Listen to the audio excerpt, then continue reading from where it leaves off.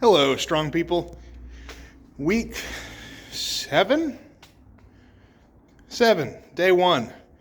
I've kind of lost count in the last week just because it hasn't been true training. So it's training, but in a weird way. So it's been a week since I hurt my back, and it's a really weird injury. I don't really understand it yet. I don't want to say it's a slip disc, but it could be.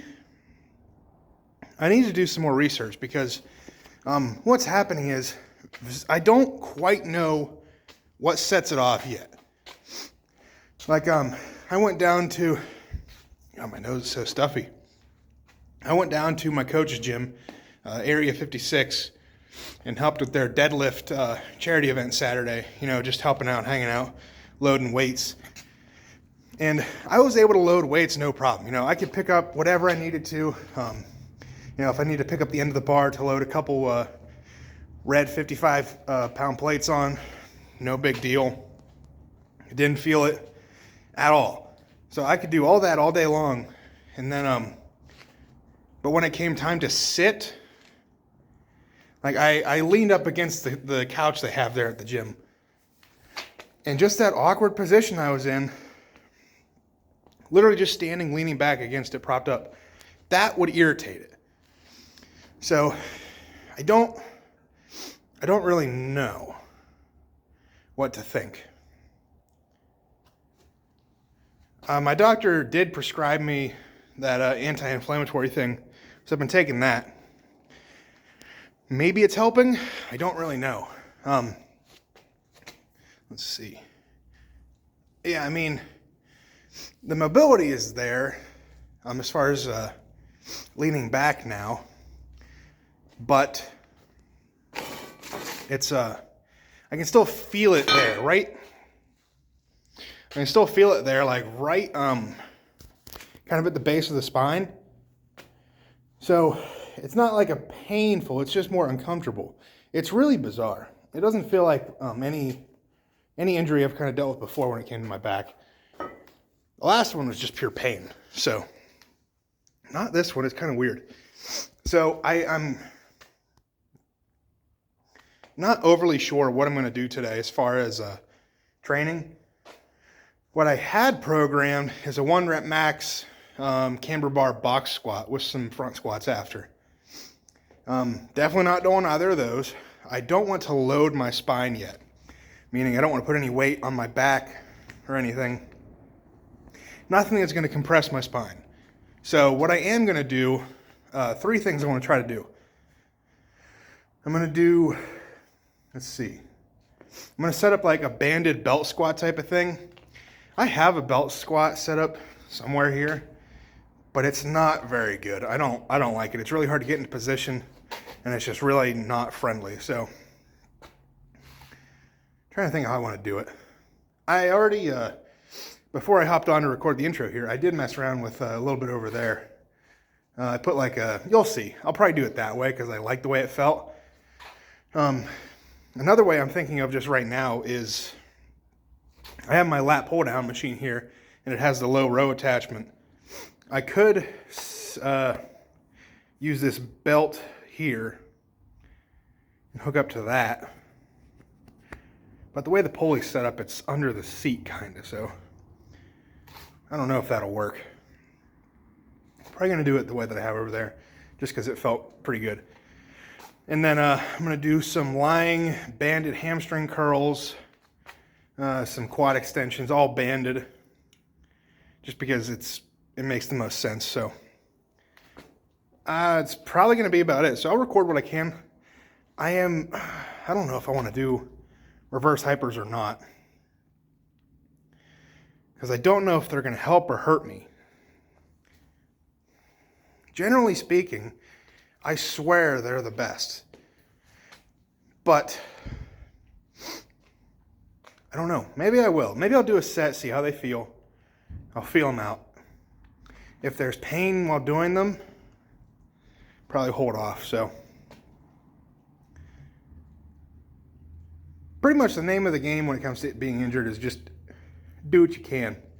with minimal or no pain. So still going to get a workout in. Want to get at least a leg pump on because that's leg day. So let's get into it, see what happens.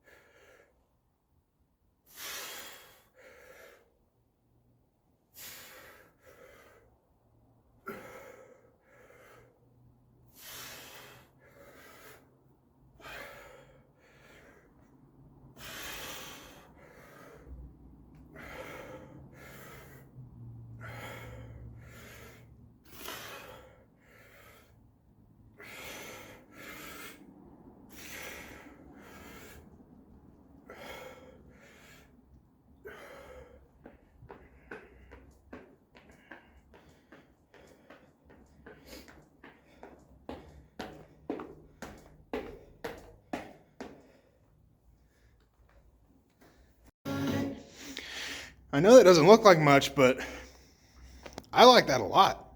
I'm not going to like full depth or anything. I'm just going down enough. The goal is to I want to pump my quads up, and it's working. I'm not really counting sets, reps, whatever, but I like that. I would like to add another band.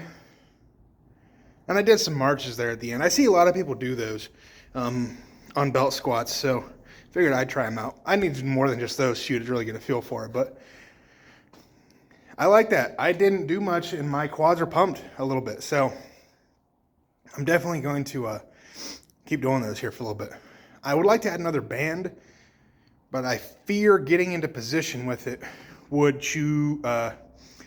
be a lot more difficult than I'd like. And that's difficult to get into position with. But it is what it is. It's a good exercise. I like that. I think this set, I'll record it, sure. I wasn't going to, but I think I'm going to not fully lock out at the top. I want to keep some pressure on that. But I'm also being cautious as to, not hurt my back, because this is the motion that I hurt it on a week ago. Front squats, of course, so a little bit different, but in general, it was a squat. So I'm just, being careful, but trying to get a workout in at the same time. Kind of, treading the line there a little bit, seeing what I can get away with. So, but this should be fine. Should be. Let's keep recording and find out, I guess.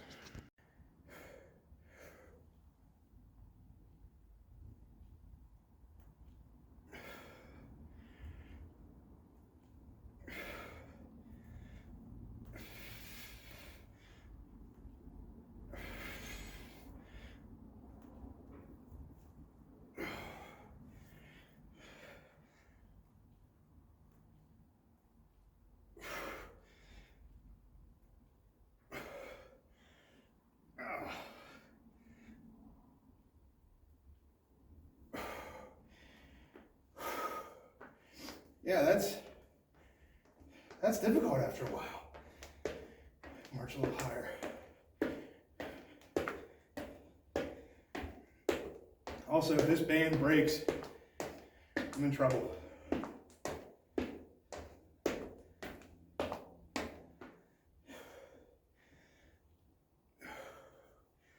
Rest pause.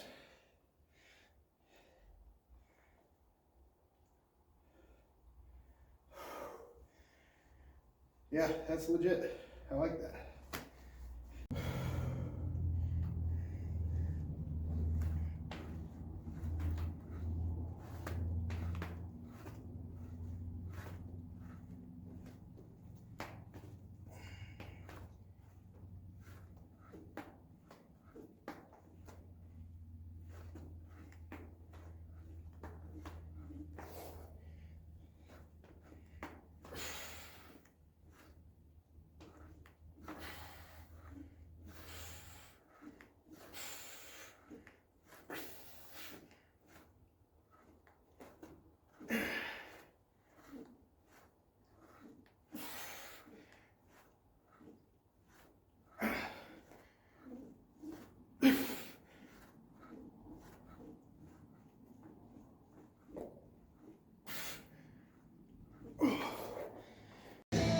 All right, so I just did 2 quad movements, those squats and then the leg extensions there, just for a ton of reps basically until it burned really bad.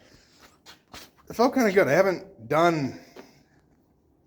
gone light for that high of reps in a long time. Like, I don't know. It's kind of nice to feel a good burn. I don't feel that too often, which I should feel it more. I think when I do my accessories, like they're programmed, for 8 to 12, 8 to 15, whatever it might be. So I have to pick a weight that is heavy enough that I can't really go past those numbers. So I don't know that I always get a good burn, in those amount of reps. But it's not, a burn doesn't mean that much. Because I still go to to failure a lot of the time. Probably not enough, honestly, but something to improve at. So my coach messaged me at the start of the workout. Just said, "How's the back?" As he does, and told him, it was good, feels fine, but I can tell there's something off, And he was like, "Stay away from hinging movements.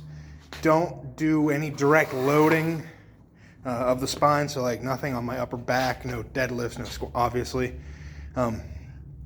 So I told him my plan. He was cool with that. So I did my quads. I'm going to move on to some sort of hamstring. I'm not sure how I'm going to do this yet. I don't really want to lay on the floor, but I got to lay on the floor anyway, because his exact directions were do the McGill Big 3 like 2 or 3 times a day, every day. And if you're unfamiliar with what that is, I was thinking the same thing. Not quite that often, but I also had planned that. So we're on the same page when it comes to recovery. But if you're unfamiliar with the McGill Big 3, I don't remember the exact names of the movements, but there is a bird dog. So you're on your hands and knees, put one arm out, one leg back, and you kind of hold that position for each breath, for a breath. And when I say breath, I mean clench your core, as if you're about to go down the squat or about to deadlift or whatever. So that's 1 rep. Come back, touch elbow to knee, go back out, and then do that. However many sets it says. Some people do 12, some people do 10, some do 6. The way my coach programs it, usually it's 6, 4, 2. So a set of 6. You go to the next exercise, or a set of 6, break, 4 more, break, 2 more.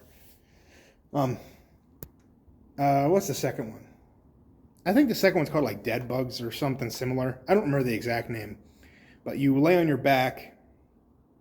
I'll probably show these too. So, but you lay on your back. I'll be honest, I don't typically do the last one, but the second one is, I don't know the exact name, but basically you lay on your back. You bring one leg up to where your foot is in line with your knee.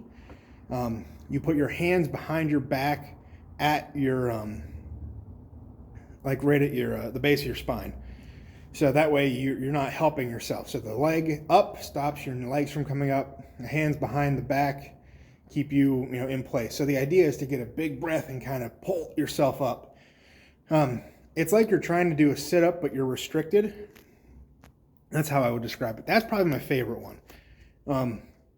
Third one, it's like a side plank type of thing. I don't really like them. I'm not saying they don't help, but I don't like them. They kind of irritate my shoulders and my hips. So probably won't do those ones, I'll be honest, because I think the first 2 are plenty good for my purpose. I could be wrong about that for sure. But I started doing these back, would it have been the first time I hurt my back, I think? Second, no, definitely not. Would have been the second time, I think, is when we implemented these. And it's been 3 or 4 years since I've hurt myself, hurt my back. So probably safe to say that they help. So, and full disclosure here, I have not been doing them as much as I should be. Even if they're not programmed, I should still be doing those. That's something. Those and reverse hypers, my banded TKEs, those are general prehab rehab, but before you get hurt. You probably knew that, but I'd like to clear up some terms in case nobody knows. So those are some things that I constantly prehab. I want my patellas to be healthy with all the push press. They take a lot of weight. Trying to think of what else was I talking about. Core is an absolute must. So basically, I don't even think I mentioned the McGill Big 3 is meant to teach you how to use your core properly. It's to help build that mind-muscle connection to the core, improve the core strength, stability, whatever it might be, learning how to use it in a variety of ways. And when you have a strong core, that keeps your back healthy. And just to kind of go into that a little bit more, I use this analogy all the time. I don't know if I've mentioned it too much on here, but it's like a pop can. So pretend your core, just pretend your whole body is the pop can, whatever. So when there's no dent in the side of the can, it's pretty strong. If you put some weight on it, it can support some weight. But as soon as you dent the side of the can, it's crumpling. It's crumpling towards that dent. And what's on the opposite side of the dent is it's rounding. It's rounding. So your core is now the dent. And now your back is now curving towards that dent. So when your core gives out, your back rounds and it's putting itself in danger, essentially. So if you can learn to properly use and control that core, it's going to prevent back injuries. You're going to be able to lift more weight. All good things. There's no such thing as having too strong of a core. So something I need to work on more. It's a constant battle. You have to do it 24/7 in strongman. Everything you do, yoke carries, farmer carries, carrying a sandbag, you have a lot of weight resting on your gut a lot of the time. So if you're able to control that core, keep it strong, so things don't crush you, then you're a step ahead of the game. So you can never have too strong a triceps. You can never have too strong a core. You can never have too strong of anything, I'll be honest. But those are two big things I hear all the time. And it's true. So I'm going to move on to, I'm probably not going to record my hamstrings. I don't really know what I'm going to do for them yet, but I'll probably just lay on the ground. And I'm probably going to use the same setup here, actually, that I just did for the quad extensions. But just lay on the floor and do some hamstring curls. So nothing too exciting, but I'll just go probably 4 or 5 sets to failure. And then I'll check back in when I do the bird dogs. Typically, I'd like to do not just bird dogs, the McGill Big 3, McGill Big 2, in the way I do it. I usually do those at the beginning of the workout, so my fault there. But I'm still going to get them in today just because I need to. So checking with you guys after my hamstrings. All right. So I think I did a terrible job of explaining the sets and reps for this, the scheme, how it works. So I'll try again. So my coach wants me to do 6-4-2. Now, meaning six reps, four reps, 2 reps. So pretty much 1 rep is 10 breaths. That's the way that we programmed it, and not everybody programs it that way, I don't think. Some people do like a 10 count. Some people just go out, hold for a sec, come back, go the other side. But ours is like, it's 10 good squeezing breaths. So it ends up being like 60 breaths per side. So it doesn't seem like much, but it's enough to get a sweat going a little bit. And then it's similar, and it's similar for the next exercise too. So pretty much you want your spine to be pretty neutral. So whatever leg you have going back, arm goes up. So you're gonna be in this position for 10 breaths. So it's a lot easier when you can breathe out of your nose.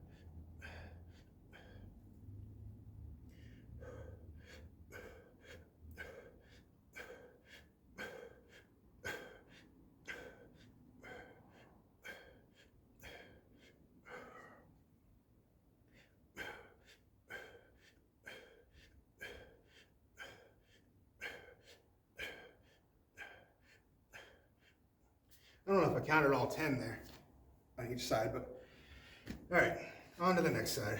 So I'm only going to go through this like once. I'm going to go through the you know, the other four sets, 2 sets, whatever, off camera, just because it's going to take too long. So next set.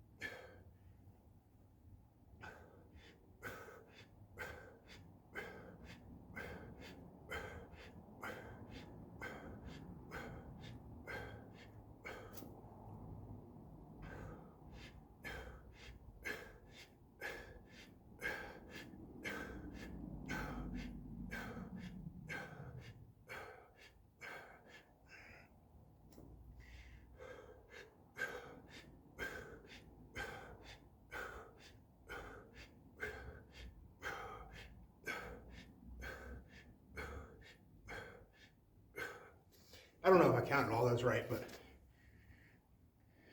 feel it. Whenever I have the right arm up, left leg up, I always feel a little bit more in the lower right back. I think I get tighter through that area. I don't know what it is exactly. I really do think that it's something like, ooh, that was my knee. Did you hear that pop? I do think that right side of my back, I've heard it before, but I think it has to do with breaking my leg when I was younger and the way it healed.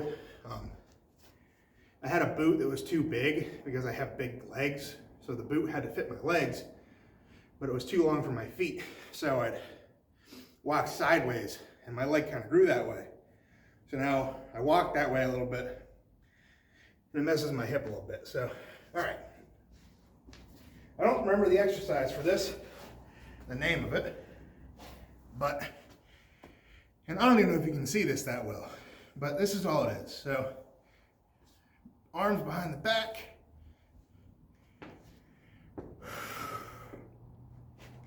Leg, or I should say foot next to knee. And I like this one. Same thing. Try to pull yourself up. Yeah, it's really hard in this position, so. And I try to think about, I'm literally envisioning me deadlifting right now, and I try to hold my position as if I just did a heavy rep on dead, so.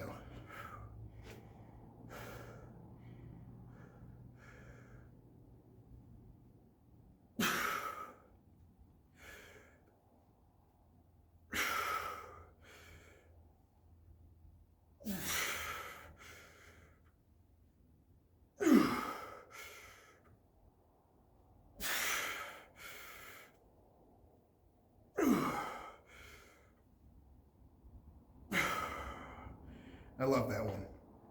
And then planks.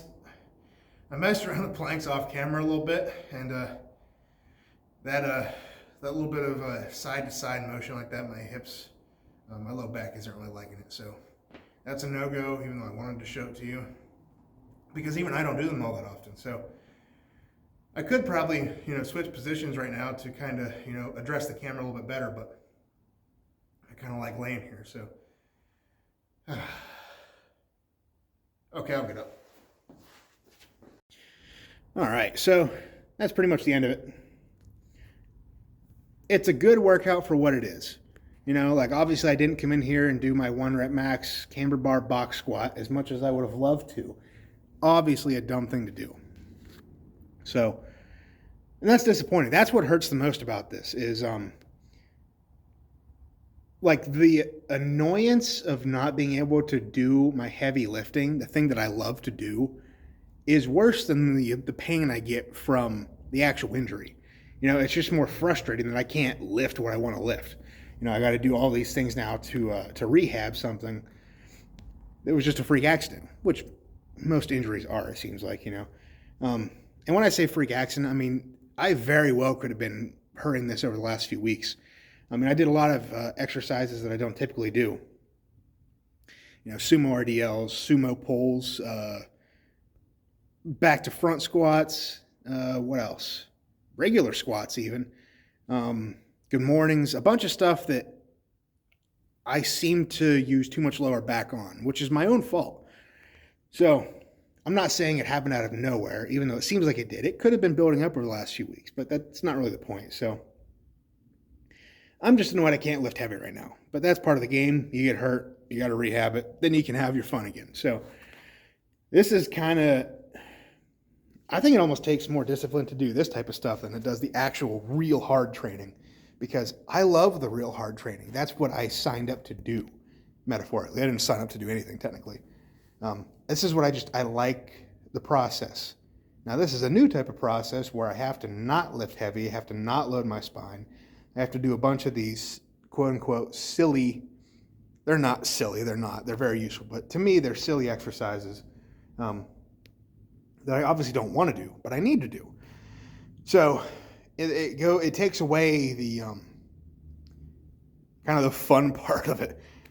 I still like the process. I like feeling better day after day.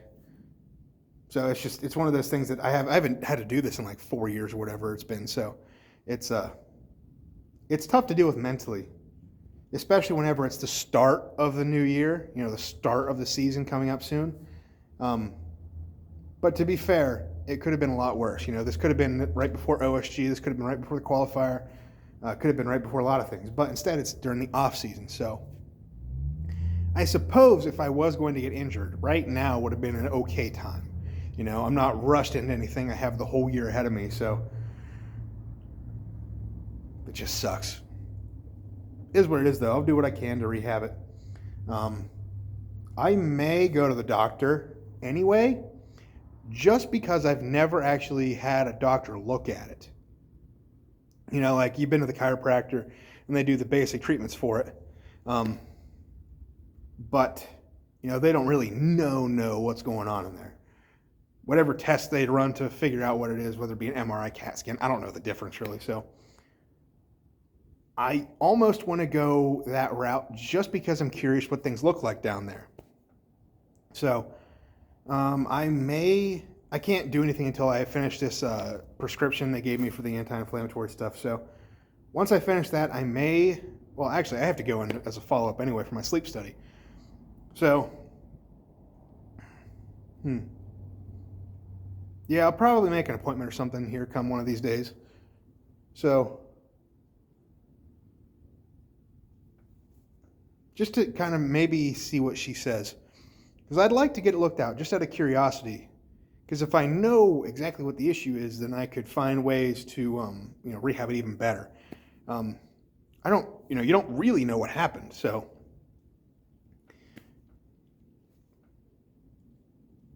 I don't know. I'd like to find out, though.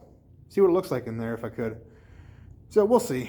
That's a few days away, probably a couple weeks before I, even pursue that. If I end up pursuing it, who knows? So we'll see. But until then, I'm going to call the workout there since can't really load the spine much more. And I don't want to do a whole lot of hinging movements. Actually, the more I sit here in this position, the more it's hurting. So I'm going to call it there. I think I have pressing Wednesday, rest day tomorrow usually. So until then, go out, get strong, stay strong, and I'll see you guys in the next one. Peace.